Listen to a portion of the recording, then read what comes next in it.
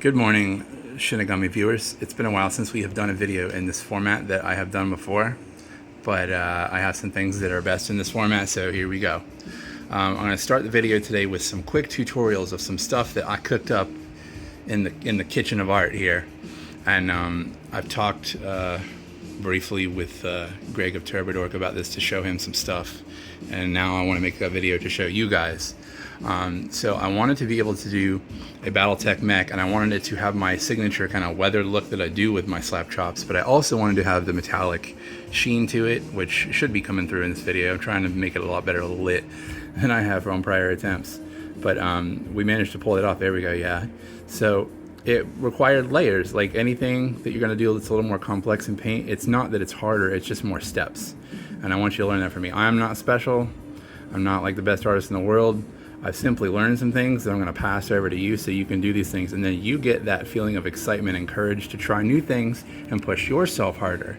I live for this. This is the lifeblood of my channel for me, and that's what we're going to go over here. So basically, what do we got going on here? I actually started this mech like half a year ago, but I only painted the windshield. So the first thing we do is the slap chop prime jobs, which is a separate video if you want, but I'm not going to bore you to death on it. Essentially, you spray paint it with black primer, then you go with some gray paint and you use a little makeup brush, and you use it because you want to make sure you're getting in as many nooks and crannies as you can, even distribution of the gray. You let that dry, and then you're going to do a layer of white. With this makeup brush, I have a bigger one for the white because the white's not going to go everywhere. It's not going to go on all the nooks and crannies, so you'll see in some spots, you know, we have the gray but not the white, and we do that to impart the look of realistic lighting because it's not going to be as bright underneath of stuff and in the little nooks and crannies. That's the quick slap chop. So what you do after that point is you want to ask yourself the question of, like, what colors do I want my mech to be in this instance? So I don't know why it's like one talent that is a superpower for me is just figuring out colors. But if you don't have that skill, there's this really dope ass tool called a color wheel to figure out your complementary colors, your split complementary colors, to cook up your own custom color schemes that you would like on your projects. And yeah, get one of these maybe if you don't like winging it, knocking my lights over here. But it'll really be a good way to help you figure out some good color schemes for mechs or whatever the hell you're painting, because you want the colors to play off each other. Very important thing. You'll notice that's all through my work. Anyway, we did that process, and in this particular instance, I knew yellow was calling me for this mech. And then I was like, okay, well, what plays well with yellow?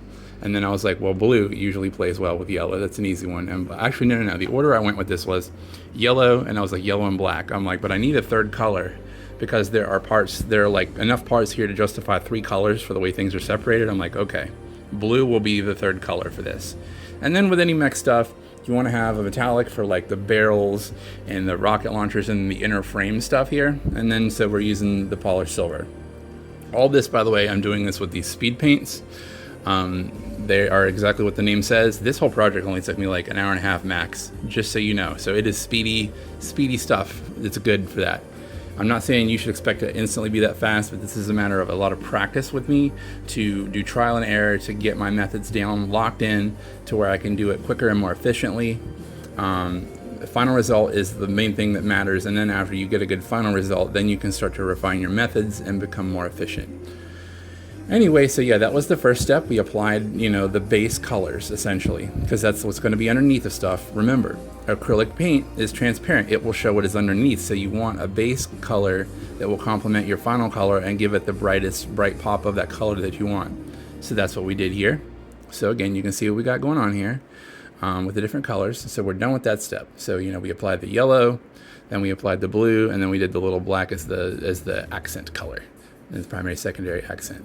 Rocket nozzles with the silver. Let's get this out of the way. We're done with that step now.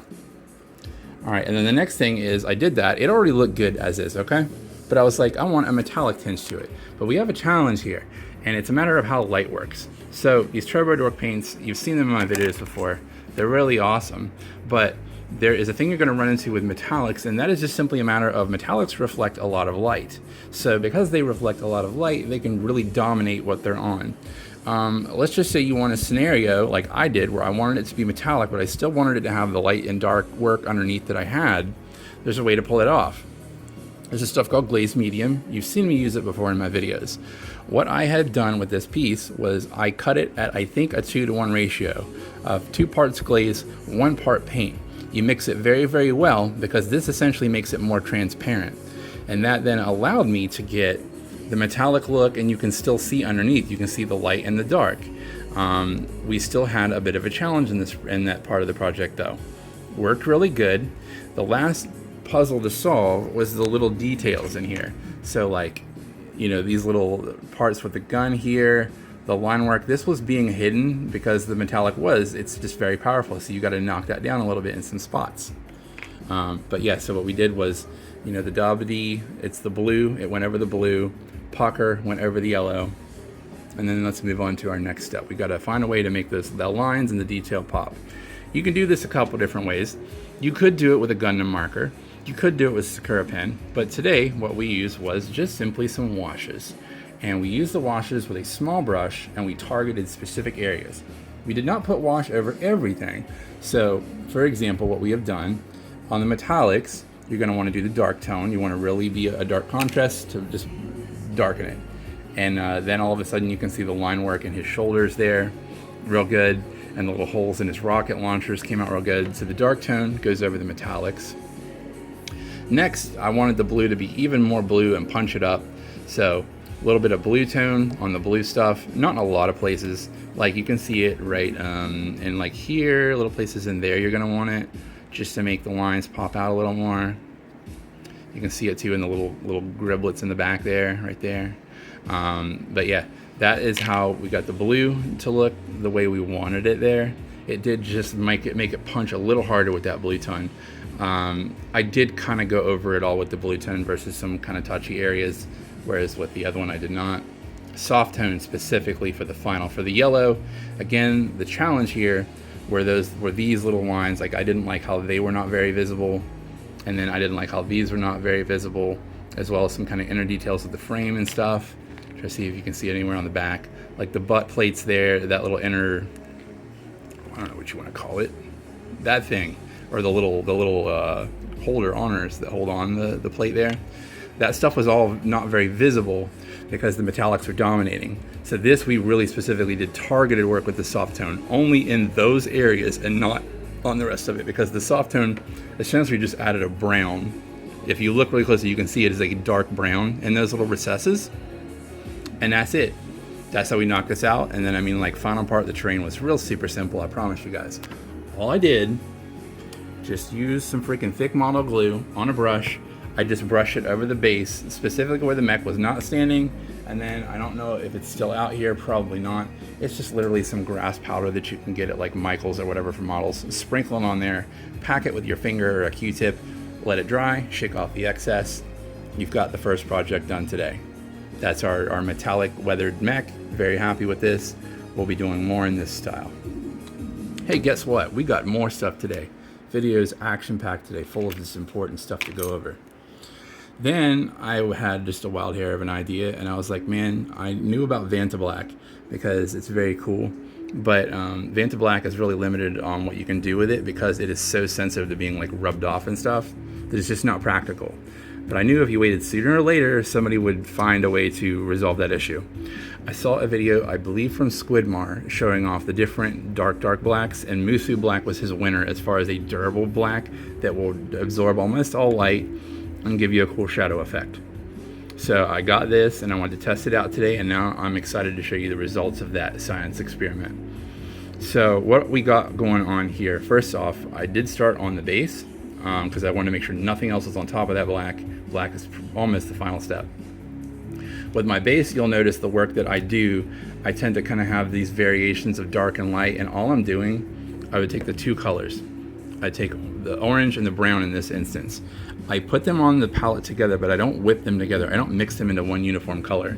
I simply allow the brush's barrel to soak up whatever side of that puddle it's in and get a little bit of brown on one stroke, a little bit of orange on one stroke, and it just seems to make magic happen. Real simple, easy work to make a nice looking burnt desert stone. Next up, I had the skull for one thing, and that's just literally, let's get these out of the way. It's just palette bone, you guys. Just palette bone. Same thing with the handles of the blades. I knew I wanted him to be a ninja, but not all ninja. I wanted the swords to be normal, so the handles are palette bone. And then finally, the swords are this really kick-ass Ice to Never, because it was done with the slap chop style as well. So because of that, you get a little bit of like blue and purple depending on the angle of it. Made a really cool look for my like energy swords or poison or whatever. Just pretend it's imagination land, okay? And then actually I just took a couple of dots of orange just to make his eyeballs that way. And then simply we're down to the musou black. So all you do, I shook it up. I didn't try it in my palette yet, but the lid cap is massive. This is a huge bottle. It's like 4 times as much liquid as the other bottles. So at 20 bucks, it's actually about the same price point as regular paints. So why not use it for your black? The only thing that's going to be cheaper is going to be the Liquitex for like the heavy duty work that I do outside of this. Anyway, so yeah, you apply the musou black liberally, let it dry, it finishes with a matte, and boom, you have like a fucking shadow. Pretty sick effect. Very excited. I mean, of course, the bottle said, "Don't become a ninja by using this product." First thing I did, make a ninja, kiss my ass. Yeah, so I was very excited about that. But you know me, I can't ever just stop and be content. So I'm like, how can I push this further? Good question. How can I push that further? Well, the answer is I thought about long and hard on like what things can I do in conjunction with this. And what I do know with especially a lot of these color shifts is they perform best on a black undercoat. Well, how would they perform on the blackest of the black overcoat? Well, I had to find out last night, and I did. So I know the one that I think is the most impressive over a black overcoat right now is Crystal Cavern for me.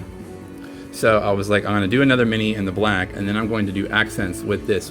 And how are we going to paint these tiny little accents? We're going to use a sharpened toothpick, because a brush is never going to be tiny enough for the tiniest of the tiny accents. So it's a little dull because I literally will sharpen it with sandpaper and make a point out of it. And look what we got today. Probably never seen anything quite like this, and this is thanks to my crazy science experiments.